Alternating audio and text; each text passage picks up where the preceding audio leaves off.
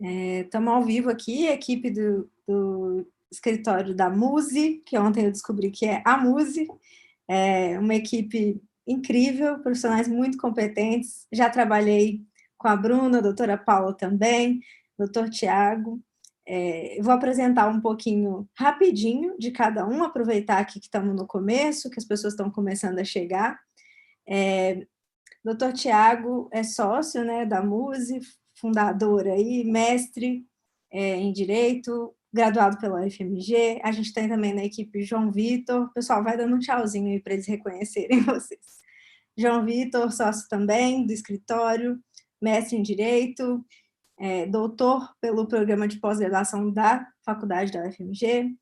Temos a Bruna também aqui na equipe, também é sócia do escritório, pós-graduado em Direito Administrativo. Doutor Pedro Henrique, também sócio do escritório, especialista em Direito do Trabalho, Direito Processual Civil. E a doutora Paula, sócia aí da Muse, mestranda pela FGV de São Paulo e pela Cândido Mendes. A gente está com esse time aqui incrível e ainda a participação do Pedro Pinheiro, que é aí para falar para a gente de tecnologia, né? Um olhar um pouco desse lado dos sistemas de informação. Ele é consultor em tecnologia e gestão de processos, projetos e riscos, e também junto com ele veio a Charlie Mar, bacharel também em sistemas de informação e consultora e facilitadora nas áreas de gestão de projetos e processos de TI. Estamos aqui com uma equipe grande, forte, para falar aí dos temas densos de LGPD. A gente quer fazer uma live aqui hoje com bastante profundidade. Vamos sair um pouco da superfície desse tema. A nossa ideia também é que, a partir das perguntas de vocês que estão nos assistindo, a gente possa conduzir esse tema de um jeito que seja interessante para todo mundo. E a nossa ideia também é construir um pouco dessa relação para a gente entender o que é importante para vocês que estão assistindo, começar a produzir conteúdos nesse sentido, cada vez mais específicos, mais segmentados, para atender aí as dúvidas de todo mundo. A gente pensou aqui em começar com alguns assuntos que a gente já sabe que estão borbulhando aí na cabeça de todo mundo, dúvidas meio comuns, e então eu vou começar com a primeira pergunta aqui, para a gente já ir aquecendo os motores, que está rolando muito o assunto, porque as pessoas estão começando a correr atrás, né, de se adequarem aí para a LGPD. E aí eu queria que o doutor Tiago apresentasse um pouco aí do escritório para a gente começar a aprofundar nesses assuntos. Obrigado, Laís. A questão é muito candente, efetivamente, né? A gente ouve muita coisa curiosa sobre a Lei Geral de Proteção de Dados, que a gente chama no nosso jargão de LGPD, que ela teria trazido para a gente, para o nosso ordenamento jurídico, alguma coisa que seria resumida em proteger dados. Hoje eu estava falando, gente, como é que eu vou tratar essas questões? Eu sei que a proteção de dados ela já tem muito tempo, ela já é prevista no nosso ordenamento jurídico, então eu fiz um para-casa aqui só para demonstrar que a LGPD, nesse aspecto da proteção de dados, não tem nada de novo, né? Eu fui lá na Declaração Universal dos Direitos do Homem de 1948, eu fui na famigerada Lei de Imprensa, que é uma lei que foi promulgada em 1967, a Lei de Informática, que é uma lei de 84, já contava com uma certa proteção de dados, e tem um dado extremamente curioso.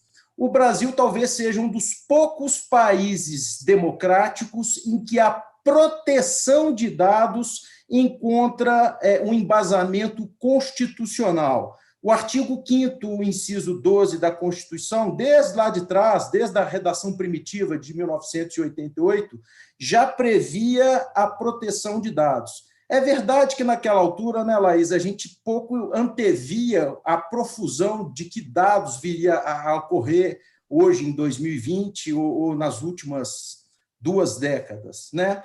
E a LGPD, muito mais e muito além de só uma mera proteção de dados, ela congrega diversos fatores que eu espero, ao cabo e ao término dessa nossa conversa, a gente consiga perpassar e percorrer por eles.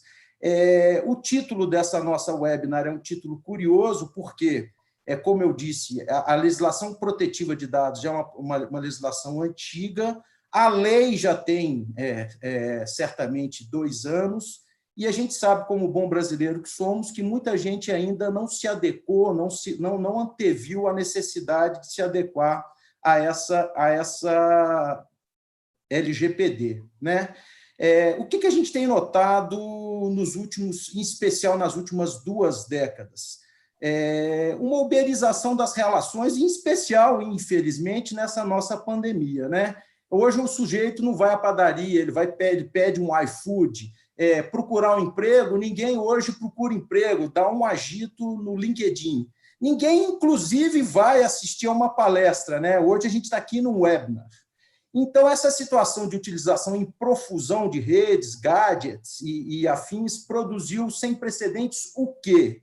Dados. A gente produz dados a todo instante, numa profusão, numa quantidade quase que inesgotável de dados. E o que é mais valioso, eu estava pensando, no mundo? Aí me remetia a pensar no Google. Quanto vale o Google? O que o Google faz? O Uber, que não tem um carro, o que ele faz? E, da mesma sorte, o Airbnb.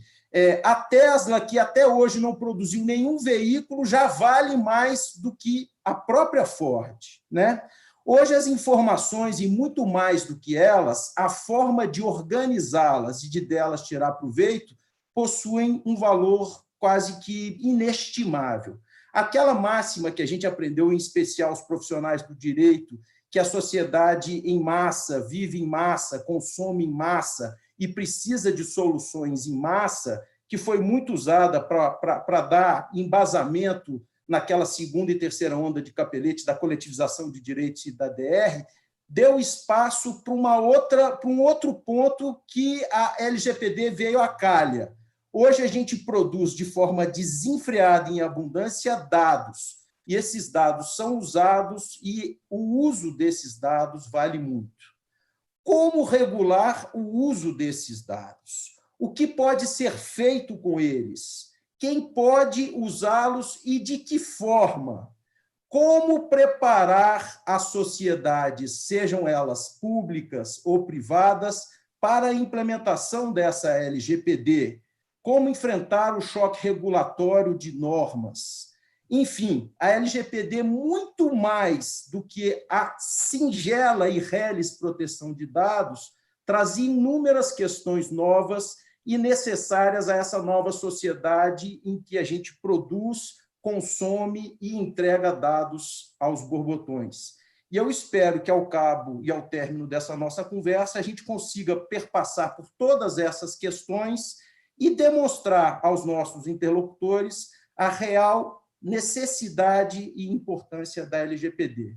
Muito obrigado a todos que aqui estão, em especial a você, Laís, que é uma parceira de primeira ordem com o Jus Brasil, ao Pedro Pinheiro e a Charlimar Rabelo, que estão conosco. E eu queria só terminar com uma última afirmação. A LGPD é uma lei que precisa de multidisciplinariedade, não só o jurídico, mas o jurídico, a tecnologia, a gestão de informação e a gestão de projetos precisam caminhar juntos, sem os quais jamais se conseguiria entender e, sem entender, implementar essa LGPD. Muito obrigado a todos. Faço votos que nós tenhamos um excelente webinar. Perfeito, doutor Tiago. Eu sou super entusiasta aí da tecnologia. Eu acho que essa visão que você trouxe dos últimos 20 anos é importantíssima, porque ela mostra para a gente como a sociedade mudou, né? A gente teve transformações radicais aí nas relações.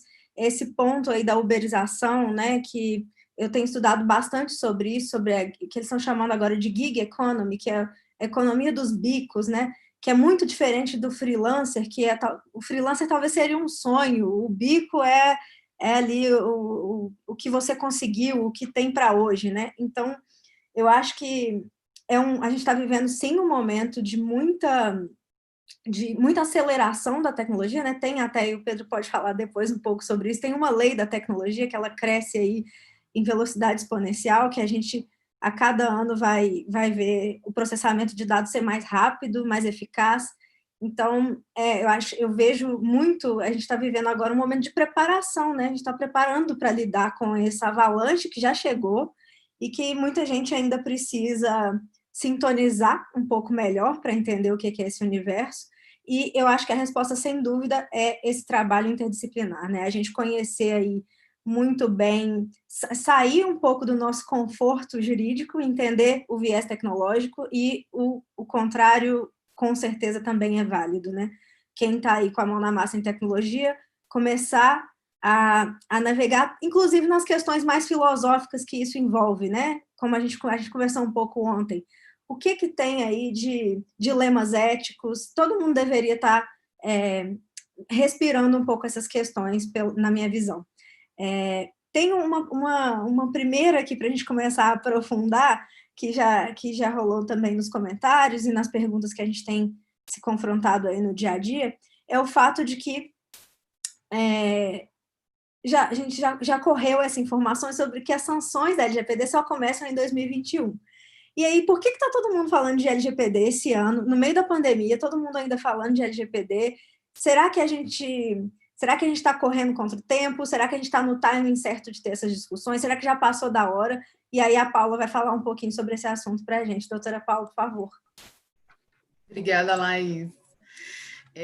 Bom, Laís, eu acho que a gente perdeu o timing, definitivamente. A gente teve 2 anos aí para começar a trabalhar para implementar LGPD nas nossas empresas, nos órgãos públicos, e a gente deixou para a última hora, né? Existe aí uma polêmica sobre a data efetiva de entrada em vigor da LGPD, e por causa desse vai e vem de medidas provisórias, isso causou uma certa confusão mesmo, mas assim, na minha visão, ela pode entrar em vigor a qualquer momento, até o dia 17 de setembro, que é o prazo final para que ocorra a sanção presidencial, né? E, de fato, as sanções da NPD elas vão começar a ser aplicadas só em 1º de agosto de 2021. Então, a gente teria 1 ano aí para se adequar. Só que acontece que não é bem assim, né? Há proteção de dados no Brasil já, como o doutor Tiago bem disse, o Código de Consumidor está aí, ele prevê a proteção de dados de consumidor, vai fazer 30 anos a semana que vem. Além dele, tem lei do cadastro positivo, tem lei de acesso à informação, tem marco civil da internet, tem estatuto da criança e do adolescente. Então, o ponto que a gente precisa frisar aqui é que a NPD tem competência exclusiva para aplicar as sanções da LGPD. Mas existe no nosso ordenamento vários outros pontos de apoio que justificariam penalidades a serem aplicadas aos infratores da privacidade e dos dados pessoais dos titulares. Então, com esse furor, né, com essa discussão toda vindo à tona, é mais do que natural, e a gente já tem percebido esse movimento, que o Poder Judiciário, principalmente, já se mobilize e na aplicação de medidas aí sancionatórias, que são oriundas dessas legislações todas esparsas. Então, além disso, tem a penalidade, a meu ver, máxima, né, que é a reputação, que os vazamentos de dados, os incidentes de segurança estão sendo cada vez mais publicizados, né? Então, a gente está correndo risco muito antes de 1º de agosto de 2021. A gente já correu risco e esse risco só aumentou. E agora a gente está aguardando a atitude de titulares de dados, de fornecedores, de sindicatos, de associações, Ministério Público, e afora desse ambiente do Poder Judiciário e do Poder Administrativo de Fiscalização, o que a gente vai ver agora, e já começou a ver também, são multas e rescisões contratuais, porque as pessoas não querem se ver, as empresas não podem se ver mais vinculadas a quem não se preocupa com privacidade e proteção de dados como elas. Acho que é por aí. Eu sinto que essa visão de que a gente está um pouco atrasado, ela é muito realista quando a gente começa a olhar para o fato de que, para lidar com isso, as empresas vão ter que lidar com sistemas complexos, legado de tecnologia ali de anos, talvez um sistema de 30, 20 anos, Quando eu trabalhei no banco, lá no Itaú, eu vi a dificuldade que era trabalhar, por exemplo, com o sistema de cartão de crédito, que é um sistema que o banco usa há anos. Se atualizar para isso, para muitas empresas, é complexo e delicado e difícil, tem que olhar para muitas pontas. Eu acho que o Pedro Pinheiro pode falar um pouco mais para a gente aí disso, como as empresas que ainda não começaram a se mexer, né, o que elas deveriam pensar primeiro aí e quais são as dificuldades que elas vão enfrentar. Certo. O que acontece hoje para o empresário, muitas vezes ele não sabe por onde começar. E aí, normalmente, ele procura o advogado, né? E aí, como bem o doutor Tiago disse, você precisa ter um grupo multidisciplinar, porque ele vai procurar um advogado, o advogado de confiança dele, ele vai passar algumas informações. Olha, então, a lei está ali, você deve se adaptar a isso, a aquilo, só que ele não consegue ter uma visão de conversar mesmo com a pessoa que muitas das vezes guardam os dados, né? A gente fala LGPD de dados, um papel você tem um dado anotado ali, né? Mas muitas vezes nas empresas com sistemas de gestões empresariais, você tem ali o core dos seus dados. E aí, como eu que sou da área de TI, vou conversar com uma pessoa da área de direito e a gente vai chegar ao mesmo ponto. Eu, por exemplo, eu tenho um viés extremamente prático. Muitas vezes eu vou conversar ali com a Paula assusta. Não, que isso, Pedro? Não, calma lá, não é assim, vamos mais devagar. Mas eu acho que o seguinte, o empresário, né, ou ainda na área pública, não adianta você dar para ele, nesse momento em que a lei já está entrando em vigor, não adianta você chegar para ele e dar uma bússola. Toma aqui uma bússola. É legal e tal, mas pessoalmente, eu não sei olhar aquilo ali direito, vou demorar um tempo para poder analisar para onde que eu vou, e a lei já está valendo. Então, o que ele precisa é de alguém que pegue na mão dele e fala, olha, você confia em mim? Confio, então. O passo que você tem que seguir primeiro é esse, o segundo é aquele. Ou que vá à frente e ele vá atrás, né? Então, assim, eu acho extremamente propício a gente começar a tratar esse assunto agora, porque assim, muita gente fala que a LGPD é um bicho de 7 cabeças. Eu, particularmente, não acho. Mas se você entende que, sim, é um bicho de 7 cabeças, perfeito. Aproveite que esse bicho de 7 cabeças ainda está adormecido e de forma estratégica, inteligente, vai lá e corte 2 cabeças, porque aí quando entrar a ANPD, que é a Agência Nacional de Proteção de Dados, que é quem vai aplicar sanções às multas, você já está mais fortalecido em relação aos seus processos, você está conhecendo em que campo que você está. E de forma muito prática, eu recebo essa pergunta várias vezes, e aí, Pedro, com quantas horas a gente consegue implantar LGPD? Pedro, como é que a gente faz para implantar LGPD? Eu consigo fazer com 10 mil reais? Com 20 mil? Eu vou gastar 1 milhão? Quanto tempo eu consigo fazer? Tem um meme lá, faça LGPD em 6 horas. Esses dias a gente viu LGPD em 24 horas. A Charlimar me passou hoje lá um linkzinho, LGPD automatizada. Você instala um software e ele já configura tudo. Vamos esquecer disso, não existe mágica, né? Ter uma visão prática e simplificada, ela simplesmente é você ver as coisas com o olhar de quem quer pegar e fazer. Não é falar, não, é muito gigante, então eu disse, não, vamos estruturar aquilo que a gente não consegue ver o final. Qual é o final? Quando eu vou estar pronto para a LGPD? Teoricamente, é a mesma pergunta de dizer, quando eu vou estar pronto para ser pai? Um bom pai? Não sei. Eu posso achar que sim, mas aí vem a vida e vai me dar uma rasteira, me derruba. Então, eu posso configurar minha empresa com os melhores softwares, dar os melhores treinamentos, e minha empresa foi hackeada. E aí? Os dados vazaram, o que eu tenho que fazer? Então, para tentar responder um pouquinho dessa questão, né, do que fazer, dar essa mão na mão e levar um pouquinho à frente, tem alguns passos que a gente consegue fazer de forma inteligente, principalmente agora que a lei vai entrar em vigor. Se fosse 2 anos atrás, eu ia falar, vamos pegar o que diz lá na GDPR, né, que é fazer todos os levantamentos das leis de determinada atividade fim. A empresa é de quê? É uma escola? Então, quais são as leis, né, que regem, as normas, os regulamentos desse setor? E hoje você não pode esperar isso para pegar todas essas informações que você tem, porque a LGPD vai entrar agora, amanhã. Se o presidente assinar nessa madrugada, acabou a sua vida. Então, eu pontuei alguns itens aqui que eu entendo que são extremamente rápidos, objetivos. Se eu estiver falando muito rápido, acho que vai ser gravado, né, Laís? Vai ficar depois no YouTube, e aí vocês podem pausar, assistir com um pouquinho mais de cuidado, mas eu listei alguns artigos que você tem condições hoje de fazer essa implementação, ou seja, se defender. Por exemplo, o titular dos dados vai entrar em contato contigo. E aí, depois que ele entrar em contato, é que você vai pensar o que você vai responder. A LGPD diz que eu tenho que responder, se ele me solicitar os dados, por exemplo, imediatamente, se for simplificado, ou se for, né, ou se forem os dados completos, eu tenho aí 15 dias.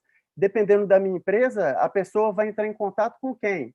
Ela entrou em contato, mas entrou em contato com o faxineiro da minha empresa, até chegar na pessoa que é a correspondente. Então, assim, tem alguns passos que a gente consegue fazer, e eu vou citar rapidamente aqui para não tomar tanto tempo, alguns deles, e que certamente já te dão esse primeiro passo, essa primeira visão do que você tem que fazer amanhã. Então, a primeira coisa é você precisa criar um comitê. Você precisa definir na sua empresa quem são as pessoas que conhecem dos processos da empresa e as pessoas que mandam. E se for a mesma pessoa, ótimo. Nem sempre são as mesmas pessoas. Por que isso? Porque não adianta você elaborar um comitê muito legal ali, de Lei Geral de Proteção de Dados, com um corpo técnico, né, tanto da área jurídica, quanto da área de TI, enfim, da área de processos, né, riscos, e aí, na hora que chega ali, eles não têm poder de decisão. Não vai adiantar nada, porque vai chegar no diretor, o diretor não vai entender o sentido, o contexto daquilo, e vai voltar, e você não vai ter uma efetividade nos resultados da implantação da LGPD. Então, primeira coisa, você criou lá o comitê. Segunda coisa, define um DPO, um Data Protection Officer, ou seja, é a pessoa que vai ligar a Autoridade Nacional de Proteção de Dados com a empresa e é quem vai conversar com o titular dos dados. Então, por exemplo, o artigo 23, lá no inciso 3º, indicar o encarregado de dados. Pronto, você indicou, você já risca esse item. Vou colocar os dados dele lá no site da minha empresa. Ok, você já riscou da lista o artigo 41. São 64 artigos na LGPD. Você, na minha visão, né, que é uma visão errada de tecnologia, é uma visão lógica. Eu vou um a um riscando. A gente sabe bem que não é assim. Mas se você for um a um e aqueles que te proporcionarem fazer esse checkzinho, perfeito, faça, não perca tempo, faça agora. Por exemplo, nós temos que fazer alguns relatórios de impacto de dados, por exemplo, nós temos que fazer um relatório de comunicação à autoridade nacional. Tudo isso eu já posso ter modelos prontos na minha empresa. Por exemplo, alguém me solicita para eu poder apagar os dados. E aí, o que eu vou responder? Eu vou criar uma carta do zero? Não preciso disso. Eu posso pegar e criar, já ter um modelo onde eu ganhe uma produtividade em relação à produção desse documento, ou que eu automatize alguns deles, porque existem algumas regras bem específicas, no meu site. Então, a pessoa que quer reclamar, ela não precisa mandar um e-mail para o DPO, e aí o DPO responder para ela, não, então, mas me complemente mais essa informação, não, mais isso. E qual que é o seu telefone? Qual que é o seu e-mail? Não, já peça isso, crie um formulário de entrada para essas reclamações ou solicitações, né? 2 artigos muito, muito interessantes e que caem dentro desses que você não consegue fazer o check, e é onde a maioria das pessoas ou das empresas, seja público ou privado, vão gastar aí 95% dos seus recursos, é o artigo 46 e o artigo 50. porque no artigo 46 diz que os agentes de tratamento, e aí a pessoa que está controlando os dados ou aquele que está processando, e depois, para quem não souber, a gente pode falar no chat aí, que a gente dá uma explicadinha, devem adotar medidas de segurança técnica e administrativas aptas a proteger os dados de acesso, etc. Né? No artigo 50, recomenda-se adotar boas práticas de governança e privacidade de dados. Então, isso é muito amplo, muito amplo. Eu preciso mapear os riscos da minha empresa. Será que todo mundo tem a mesma senha? Só para te interromper aqui, a gente tem uma pergunta sobre isso, e tem a ver, você falou um pouco de tratamento, se não seria mais prático a gente já colher esse consentimento dos titulares dos dados submetidos a um tratamento, se isso já não permitiria guardar os dados de forma mais segura, né? Como que a gente pode falar um pouquinho disso, talvez doutora Paula e Pedro também? Isso aí é uma falsa ilusão, sabe, Laís? A LGPD ela traz 10 bases legais para tratamento de dados pessoais. O consentimento é só uma delas. E quando a gente está falando de dados não sensíveis, não há qualquer hierarquia entre essas bases legais. Então, o consentimento ele não é uma base legal coringa que pode se adequar a todos os casos. Na verdade, ele é bem difícil de ser obtido, inclusive. A LGPD exige que seja uma manifestação livre, informada, inequívoca, e o problema do consentimento é quando ele é generalizado também, porque quem consente com tudo não consente com nada. É o que já está sendo chamado da doutrina de fadiga do consentimento. E mais do que se evitar a fadiga do consentimento, a LGPD traz um princípio muito específico, que é o da adequação. Então, a base legal que eu uso para tratar dados, ela precisa se amoldar perfeitamente à finalidade daquele tratamento. Então, se existir uma base legal mais adequada, eu devo utilizá-la, mesmo porque eu não posso ter bases legais subsidiárias. Se uma não passar no teste da fiscalização, eu tenho essa outra aqui que justifica o tratamento desse dado. Isso não existe na LGPD, inclusive a gente já viu esses problemas de uso de consentimento, por exemplo, para tratamento de dados de empregados. O Pedro, inclusive, domina esse assunto mais do que eu. E a PwC foi multada porque ela tratava dados pessoais de empregados com base no consentimento, sendo que ela poderia ter se valido de outros mais adequados, como execução de contrato, como legítimo interesse, obrigação legal, enfim. Perfeito. Pedro, você tinha falado sobre isso, né, sobre os formulários, e você comentou também a necessidade de comitês. Nesse ponto, na minha visão, a gente que está perto ali de tecnologia no dia a dia, no trabalho, é crucial, né, você ter os papéis e responsabilidades bem definidos e um time atribuído ali para tomar isso e puxar e falar assim, eu vou resolver esse problema aqui, né? Acho que a minha experiência demonstra que isso aumenta muito o engajamento da empresa, atribuir um responsável por aquilo. E acho que a Bruna tem algo para dizer também sobre isso, né? Como que a gente pode engajar aí os colaboradores, todo mundo a olhar um pouco nessa direção. Diga lá, doutora Bruna.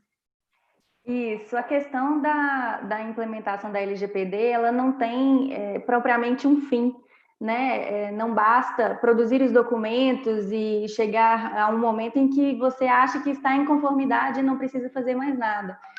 A proteção de dados, o respeito à privacidade daquelas pessoas, ela tem que ser também ela tem que ser incutida na equipe, né? Nas pessoas que efetivam o tratamento desses dados.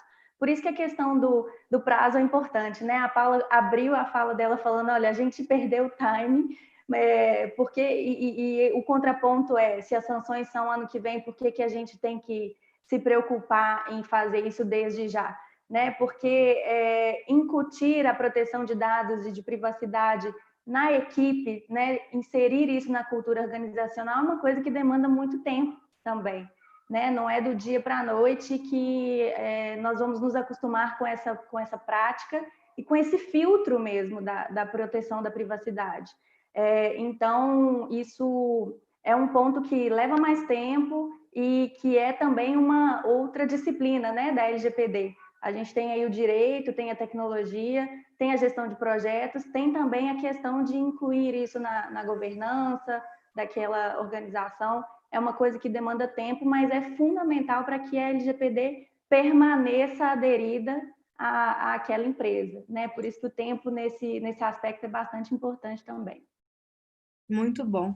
Pedro, você quer falar um pouco mais sobre o seu checklist aí? Você acha que a gente cobriu com esses pontos?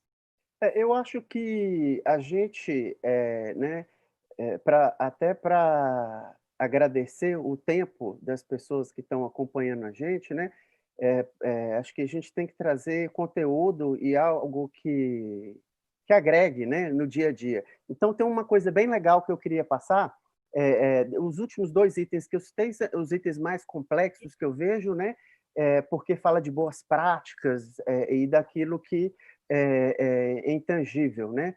O que é uma boa prática? Na GDPR, você já tem jurisprudência, já tem uma série de condutas recomendadas, etc. E no Brasil, é só LGPD? Não. Existe um documento de 65 páginas, um documento público que vocês podem entrar aí, quem quiser acessar agora, pode acessar, vocês vão simplesmente digitar Guia de Boas Práticas, gov.br. Para quem não conseguir acessar também, pode depois, no final, a gente vai, a quem quiser vai poder passar um e-mail, né? A gente vai falar sobre isso depois, e a gente pode passar esse guia de boas práticas. Mas é um guia de boas práticas riquíssimo, feito pela Advocacia Geral da União, Casa Civil, Controladoria Geral da União, INSS, Secretaria Especial de Desburocratização, pelo SERPRO, Receita Federal, enfim. Quem vai na sua empresa te fiscalizar, essa é a cartilha que ele aprendeu. Então, é bom que você tenha esse conhecimento de o que é boas práticas, né, para as autoridades aí do governo, porque isso vai te ser útil para poder aplicar, muito provavelmente, aí na sua empresa. Muito bom. Tem uma pergunta aqui que eu vou ler para vocês, que trata da questão do interesse legítimo, que foi algo que a doutora Paula também abordou na fala dela um pouco. A LGPD permite o tratamento de dados com fundamento em interesses legítimos do controlador ou de terceiro. O que seria esse legítimo interesse e se essa norma não seria uma daquelas normas do direito vagas e amplas que a gente vai ter que se exercitar bastante aí para definir? E aí, quem pode falar um pouco para a gente sobre isso? Dr. João Vitor, Chalimar?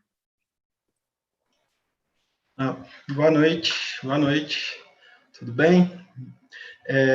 Obrigado, Laís. Eu posso dar uma pequena colaboração sobre esse tema, eu acredito, espero que eu possa. Bem, a gente pode dizer que, de fato, o interesse legítimo é uma das bases legais previstas lá no artigo 7º da LGPD, né? No artigo 7º, no inciso 9º. E, enfim, é verdade que o legítimo interesse não é um termo muito usual, por assim dizer, no direito brasileiro, né? E, portanto, ele carece de alguma conceituação. Então, apesar de haver já um histórico de conceituação desse termo a partir da aplicação da GDPR, né, da regulamentação europeia, que com certeza influencia e vai influenciar muito ainda a aplicação da LGPD aqui no Brasil, é certo que a ANPD, né, e os tribunais brasileiros, de um modo geral, né, o Poder Judiciário, vão precisar passar por uma experiência própria de construção jurisprudencial desse conceito aqui no Brasil. Mas ainda que isso não tenha ocorrido ainda, né, ainda que esses sejam movimentos futuros, a gente não pode, de modo algum, falar que o legítimo interesse é um cheque em branco na mão do controlador. O legítimo interesse não é um conceito tão amplo assim e genérico como uma leitura superficial do artigo 7º, inciso 9º, nos permitir imaginar, não. Primeiramente, porque o próprio artigo 7º, inciso 9º, na parte final da sua redação, já traz ali uma exceção, né? Diz que é possível o tratamento de dados com base no interesse legítimo do controlador ou de terceiros, mas também afirma que isso não vai poder ocorrer quando prevalecerem direitos e liberdades fundamentais do titular que exijam a proteção dos dados pessoais. Bem, a gente pode falar que essa parte final do artigo 7º, inciso 9º, né, ou do inciso 9º do artigo 7º, traz para a gente uma verdadeira possibilidade de ponderação, né? Aquela ponderação tão adorada pelos alemães, tão adorada pelo direito alemão, né?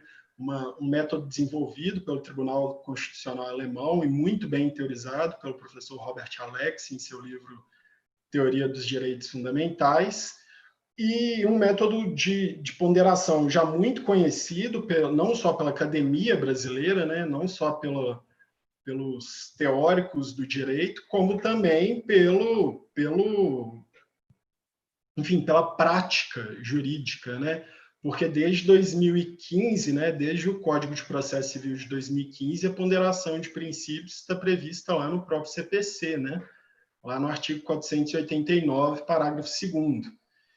Então, se a gente verificar que em determinado caso o tratamento de dados com base no interesse legítimo do controlador ou de terceiros vier a entrar em rota de colisão com direitos fundamentais que exijam a proteção dos dados pessoais do titular, e aí a gente pode citar alguns, por exemplo, como aqueles previstos lá no artigo 5º, inciso 10 da Constituição, né? Os direitos à intimidade, à vida privada, à imagem das pessoas, além dos próprios direitos ao sigilo de dados, né? Que o Dr. Tiago muito bem mencionou um pouco mais cedo. Então, se houver essa colisão, vai ser realizada uma verdadeira ponderação de princípios para se analisar, no caso concreto, qual que vai merecer melhor proteção do direito. Porque também existem aí direitos do controlador, ou podem existir, né, direitos do controlador em jogo, tendo em vista que ele muitas vezes vai estar exercendo uma atividade com vistas a promover a liberdade de expressão, ou promover o acesso à informação, que muitas vezes está conectada com a liberdade de expressão, né? Ou mesmo, enfim, o princípio a livre iniciativa, exercer uma atividade econômica conforme permitido pelo artigo 5º, inciso 4º da Constituição.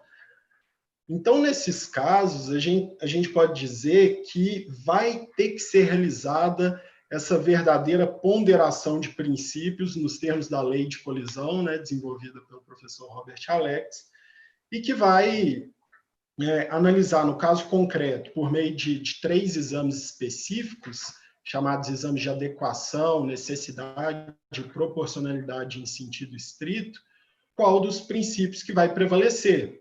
Isso, inclusive, já tem sido observado na Europa, com a aplicação da GDPR. Tem um caso interessante julgado pelo Tribunal de Justiça da União Europeia, o caso C1316, que diz respeito à aplicação de uma legislação específica da Letônia, um caso chamado C1316 Rigas. Desculpem aqui se o meu letão não estiver muito em dia, vocês me perdoem, mas nesse caso... Não está nada em dia. Então... talvez de encarnações passadas. Dessa, de fato, ele não está em prática. Mas nesse caso, o que aconteceu? Ocorreu um acidente de trânsito.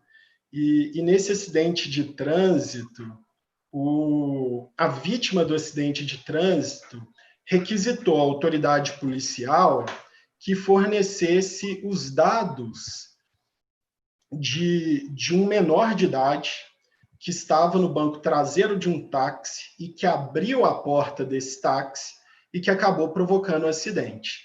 para que pudesse promover uma ação de reparação civil em face desse menor ou de seus responsáveis. Veja bem, nesse caso, pessoal, olha que a gente está falando de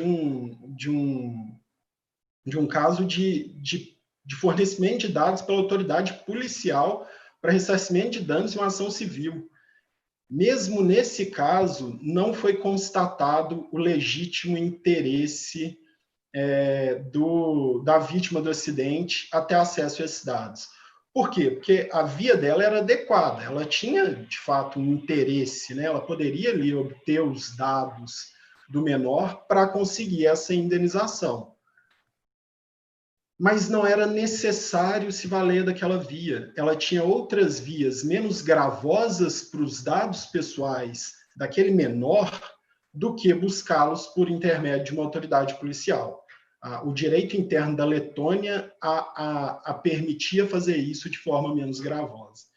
Então, a gente pode esquecer totalmente a ideia de que o interesse legítimo seria um cheque em branco. Ele não é, não. Ele é uma base legal, muito bem fundamentada, e a gente vai conseguir observar isso daqui a uns dias.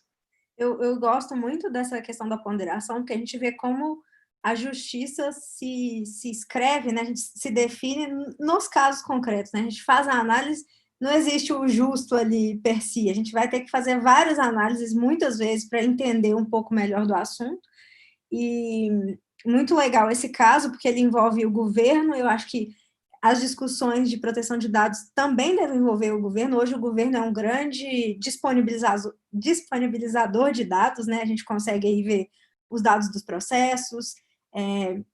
Eu aqui com a minha visão do Jus Brasil, a gente está sempre pensando em publicidade, mas também discutimos muitas vezes direito a esquecimento.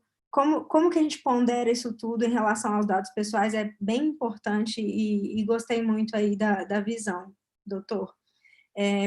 Eu acho que a gente pode pular um pouco para o próximo assunto aqui, que é quando já começarem quando a LGPD já estiver vigente, como que a gente vai tratar um pouco dos incidentes de insegurança, né? Como que a gente vai lidar ali dentro da minha empresa? Eu fiz alguma coisa, não estou em conformidade, né? Eu infringi aqui algum dos artigos, eu não cumpri ali, como o Pedro Pinheiro falou, né? Aquela lista do que eu descumpri, não estou disponibilizando a informação de com quem alguém deve entrar em contato, etc. Como é que eu devo agir? E acho que a Bruna pode falar um pouco para a gente desse assunto. É a questão da preparação também, né? As empresas não precisam esperar que aconteça algum incidente ou que algum titular de dados queira se valer do direito de solicitar, né? Porque o titular de dados ele pode solicitar o acesso a esses dados e saber quais dados são guardados pelo controlador, né? Pela empresa, como eles são tratados, qual a finalidade, né, com que eles estão sendo armazenados. Então, a empresa ela deve desenhar, né, é bom que ela desenhe esse procedimento com antecedência. Primeiramente, o titular ele tem que saber claramente quais direitos ele tem, que ele tem esse direito, quais informações devem constar no relatório simplificado ou no relatório completo, qual o prazo que ele deve receber essas informações, e por meio físico, por meio eletrônico, enfim. Então, ele tem que ser informado disso. E esses formulários eles têm que estar disponíveis para o titular de dados que quiser acessar previamente. Quando essa solicitação é recebida na empresa, ela precisa ter um procedimento, né? Quem vai receber essa solicitação, onde estão armazenados esses dados, qual o levantamento que eu preciso fazer, a agilidade que eu preciso retornar essa informação para o titular dos dados.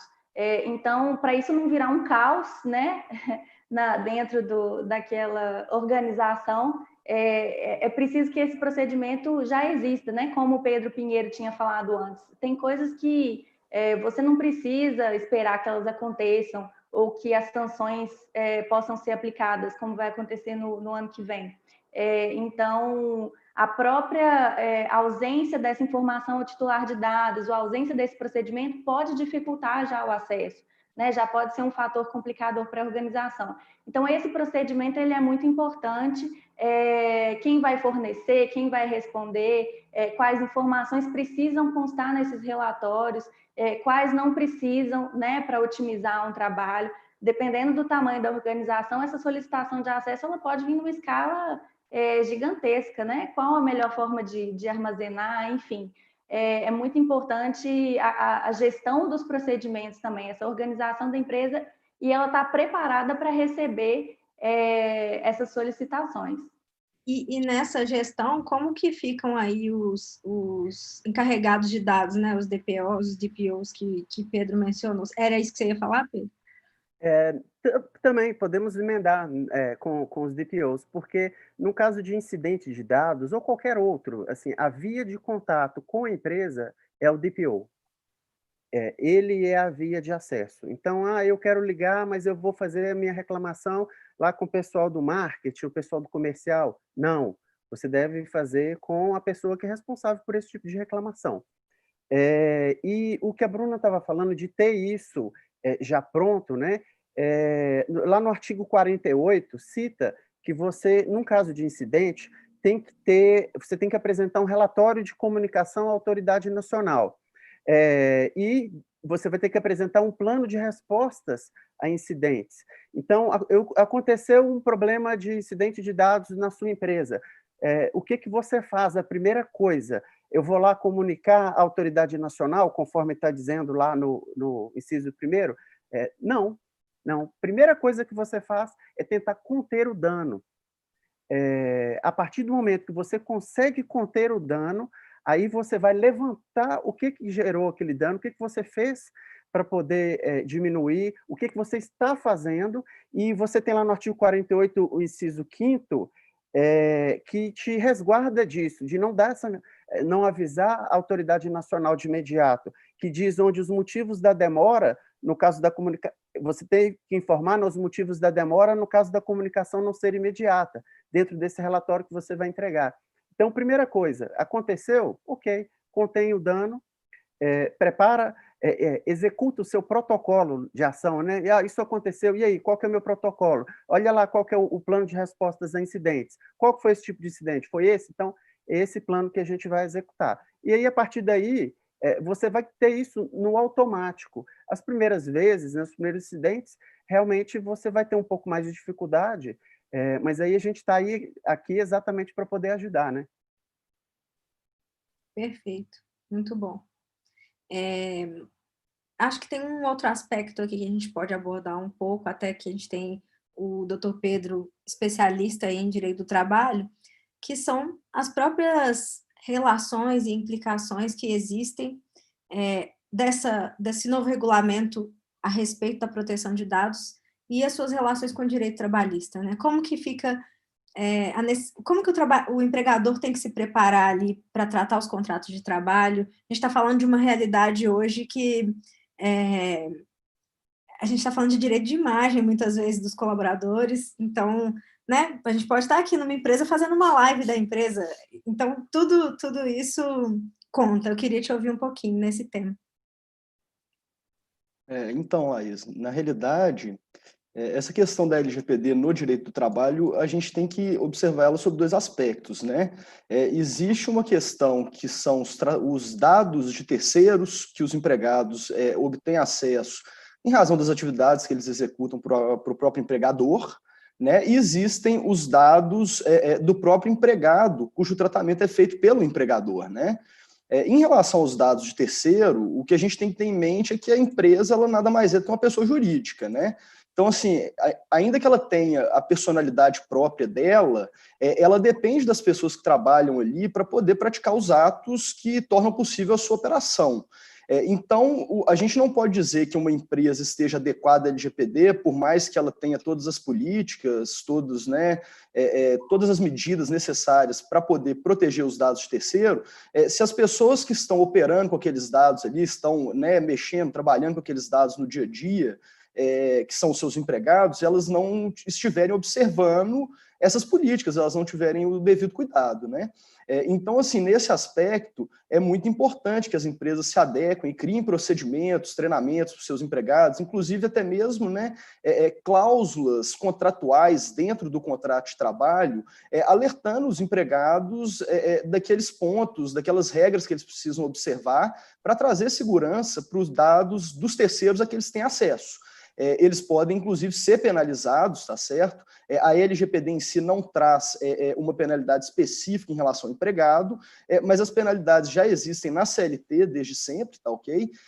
E a partir do momento em que você, né, coloca uma cláusula no contrato de trabalho, prevendo a obrigatoriedade que ele observe aqueles procedimentos para resguardar justamente os dados de terceiro que a empresa teve acesso e ele, enquanto funcionário, também, isso passa a integrar o contrato dele. E a partir do momento que isso é descumprido, isso pode gerar algum tipo de penalidade sobre o empregado por descumprimento do contrato, enfim, pelas outras hipóteses previstas na própria CLT. Agora, por outro lado, tem a questão do tratamento dos dados do empregado pelo empregador, né? É comum, isso não se restringe, inclusive, só durante o contrato. A pessoa que se candidata a uma vaga de emprego, ela submete um currículo no site, né, da empresa, ela vai ali no processo seletivo, dá ali algumas informações pessoais dela, enquanto ela é empregada, a todo momento os dados dela estão sendo tratados pelo empregador.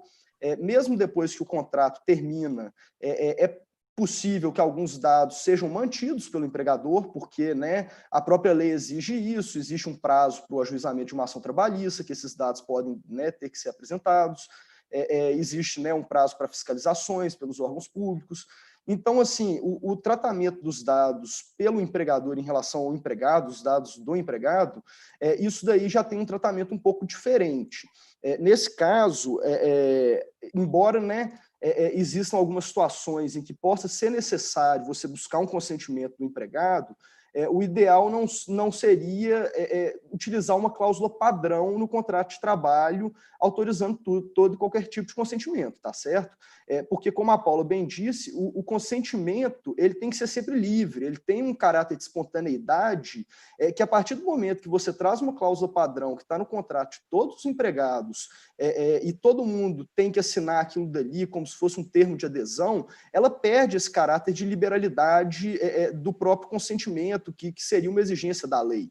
Então, assim, a gente tem na LGPD, na própria legislação, outras bases legais que nos permitem justificar o tratamento dos dados que o empregador faz do empregado, que é, né, o legítimo interesse, que já foi citado aí, o cumprimento de uma exigência legal, por exemplo, né, o dado que vai ser transmitido ali ao E-Social, à Receita Federal.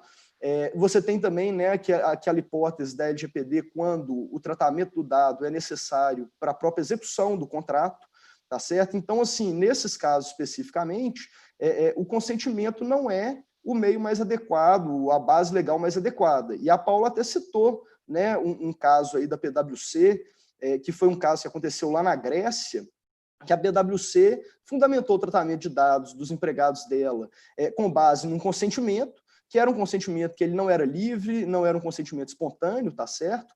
E em razão disso, a PwC foi condenada a pagar uma multa de 150 mil euros por ter feito o tratamento sob uma base que não era a base mais adequada. Então, o consentimento numa relação entre empregador e empregado, pela própria fragilidade, né, o desequilíbrio que existe dentro dessa relação, é difícil você conceber que o empregado vai se recusar a dar um consentimento que seria necessário para o exercício da sua própria atividade sem que ele vá sofrer algum tipo de penalidade com isso, né? Então, assim, nesse caso, o consentimento não seria, de fato, mais adequado. Agora, tem hipóteses em que esse consentimento ele pode ser, de fato, livre. Digamos assim, você tem um evento corporativo, que vai acontecer. E aí o evento vai ser, né, num hotel em que você precisa de passar para o hotel para fazer a reserva, os dados do empregado, o nome, CPF, endereço, etc. Nesse caso, aí sim, é uma situação que foge do padrão, você não está ali cumprindo nenhum dever legal, é do interesse do próprio empregado, muitas vezes, participar daquele evento. Então, nesse caso, aí sim, a gente pode se valer do consentimento para poder embasar o tratamento dos dados. Você deu aí o exemplo também, né, da questão da imagem. Às vezes é do interesse do empregado ter a imagem dele divulgada junto aos serviços da empresa, porque isso contribui para o crescimento profissional dele, ele está figurando ali numa live, tá, né, produziu um material que vai ser divulgado no site da empresa, um projeto, enfim, N situações, mas que pode haver, de fato, um interesse do empregado que gere digamos assim, uma maior consistência do consentimento que ele vai fornecer, tá certo? Mas, regra geral, os dados, né, digamos assim, mais comuns de, na prática, serem utilizados e tratados pelo empregador em relação aos seus empregados, o consentimento ele tem aí uma fragilidade, tá? Muito bom. Eu acho que eu vou aproveitar o gancho aqui, você falou um pouco de pensar no ordenamento como um todo. Tem uma pergunta aqui do Lucas Freitas, que fala sobre marco civil na internet, PL das fake news, privacidade, liberdade de expressão. Como que a gente vai conciliar isso tudo? Pergunta difícil. E acho que a doutora Paula quer falar um pouquinho sobre, e aí depois a gente encaminha aí para os finalmente da live. Lucas Freitas, meu querido amigo da UFOP, meu companheiro de uma longa jornada. Não sei como é que vai conciliar, mas a gente tem que harmonizar isso daí. Segundo João Vitor, PL das fake news nasceu morta. Então a gente não vai demandar muita conciliação nesse caso, não. Mas, inclusive, essa questão das fake news, existe uma discussão, uma conveniência, né, na discussão dessa PL no momento em que a gente está falando de privacidade e proteção de dados. Mas existe uma certa inadequação em pensar em que a privacidade e a proteção de dados vai resolver a questão da fake news, mas, enfim, isso fica para outra live. Bom, Lucas, a gente precisa, acho que a gente vai ter que ficar atento aos critérios da especialidade, principalmente. João Vitor colocou bem isso quando a gente estava discutindo esse assunto, que a gente não pode esquecer da interpretação constitucional do direito, né, levando sempre em consideração as previsões constitucionais, mas a gente está enfrentando isso sempre. No mestrado que eu faço, por exemplo, uma dificuldade. A LGPD, ela prevê como base legal a pesquisa, e quando ela é conduzida por órgãos públicos, né? E órgãos públicos que conduzem as pesquisas têm dentro dos seus próprios regulamentos e de regulamentos internacionais que devem ser obedecidos a exigência do consentimento no caso de uma colheita de entrevista, por exemplo. Então, discutindo esse assunto no mestrado, a tendência é que se um regulamento ou uma legislação mais específica exige o que seria uma base legal determinada, a gente vai deixar um pouquinho de olhar LGPD para atender essa norma específica. Mas é isso, o desafio é grande. Tem um muito bom, Paula. Tem uma pergunta aqui também da Alessandra Varenga, sobre o fato de, com a LGPD, a empresa corre o risco de perder parte de sua base de dados, né? A gente tem que apagar contato quando alguém solicitar. Como que isso funciona? Pensando na base de dados que a gente já tem, né? Daqui para frente, a gente tem que atualizar essa base, como que isso vai funcionar? Quem se habilita? Bom, eu posso... Pode falar então, Paulo, pode ir.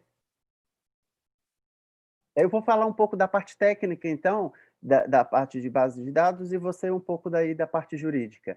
Então, assim, na parte técnica, uma coisa que você vai ter que prestar bastante atenção é quais softwares você utiliza e se esses softwares possuem uma forma de fazer isso um pouco mais automatizada. Então, se alguém solicita, eu gostaria que você apagasse os meus dados. A Paula vai falar um pouquinho se eu tenho o direito de apagar tudo ou não, né? Mas digamos que sim, a pessoa tenha lá, eu tenho que fazer, apagar os dados dela que estão na minha base, ou apagar o excesso de dados, vamos dizer assim. Se eu não tiver um sistema que permita que eu faça isso de forma o mais automatizada possível, imagina se eu tenho uma empresa que eu tenho 500 requisições em um único dia. Torna-se inviável atender a solicitação do titular dos dados. Bom. Obrigada, Pedro. Bom, primeiro acho que eu preciso esclarecer o seguinte, a LGPD é daqui para frente, mas ela precisa ser aplicada na realidade dessa organização hoje. Todos os dados pessoais que existem dentro da sua empresa, da sua organização, hoje, eles precisam estar vinculados a uma base legal que te autorize a fazer aquele tratamento. Então, eles podem estar armazenados há 50 anos, eles podem estar num depósito em que são armazenados vários documentos físicos há 100 anos. Para manutenção desses dados pessoais, dessas informações, vai ter que se providenciar, vai ter que se arrumar uma justificativa dentro das 10 bases legais trazidas pela LGPD. Em relação ao pedido de exclusão, vamos ter que olhar de novo qual que é a base legal que justifica aquele tratamento. Consentimento, o consentimento é uma base legal, inclusive, um pouco mais frágil, justamente por isso. O consentimento, ele permite que o titular revogue essa autorização de tratamento a qualquer momento. Revogou, vai ter que excluir. Legítimo interesse. Um legítimo interesse que é confrontado por um posicionamento do titular, em que ele diz, não estou de acordo mais com este tratamento, essa postura do titular abala o seu teste de ponderação para aplicação do legítimo interesse. Então, por isso que, por exemplo, o legítimo interesse é muito utilizado para justificar tratamento de dados para marketing. O que se faz? Se aplica uma salvaguarda, que é o opt-out. Eu trato o seu dado com base no meu legítimo interesse, eu quero fazer uma propaganda, mas eu estou te franqueando aqui, titular, a opção de que você me deixe saber que quer que esse tratamento seja interrompido. Então, o legítimo interesse a gente vai ter que olhar, rever, volta 3 passos, faz o teste de ponderação de novo. Em relação, por exemplo, à obrigação legal, eu preciso gerar uma nota fiscal e eu preciso dos dados daquele titular para gerar essa nota fiscal. Se ele quiser que eu exclua os dados dele, eu vou ter que falar, calma, a minha base legal aqui é a obrigação legal, eu preciso dos seus dados para cumprir uma obrigação legal, então eu não vou poder excluir esses dados agora. Agora, como a Bruna mesma disse, essa comunicação com o titular de dados, essa transparência, essas informações, esse esclarecimento, tem que acontecer. Não é porque você não vai ter que excluir aqueles dados que você não vai informar os motivos da não exclusão, por quanto tempo você ainda vai ter que retê-los, por que você vai ter que retê-los, e tudo mais.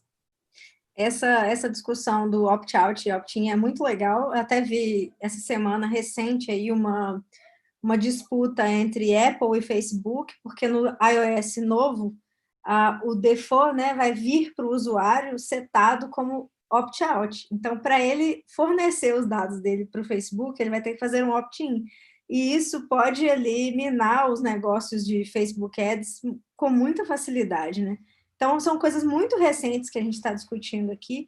Tem muitas perguntas que eu vi que chegaram, perguntas sobre relação de trabalho, perguntas sobre o relatório, mas a gente já chegou aqui a 1 hora de live, vamos ser respeitosos com o tempo de todo mundo. O que eu vou falar aqui para vocês agora no final, né? Sigam o Instagram Muse Advogados, que lá vocês vão poder interagir um pouco mais com o conteúdo do escritório. Tem aqui no link do YouTube, aqui na descrição do vídeo, logo aqui embaixo de onde vocês estão assistindo, o link para baixar um e-book. Eu vou também divulgar o e-mail da doutora Paula, para quem tiver com alguma dúvida e quiser falar direto com a advogada aí do escritório, é paula.carvalho@muse.adv.br. Sigam também meu Instagram, eu falo sempre de tecnologia lá e da visão do JUS um pouco, @LaísFernasPessoa. E muito obrigada por todo mundo, pelo tempo de todo mundo, obrigada por todo mundo que participou aqui conosco. Vamos produzir mais muitos conteúdos desse assunto, já vimos que vocês têm interesse aí, tivemos uma audiência fiel até o final da live. É isso, muito obrigada pelo tempo de todo mundo. Nos vemos em breve, todos. Obrigada. Boa noite, pessoal.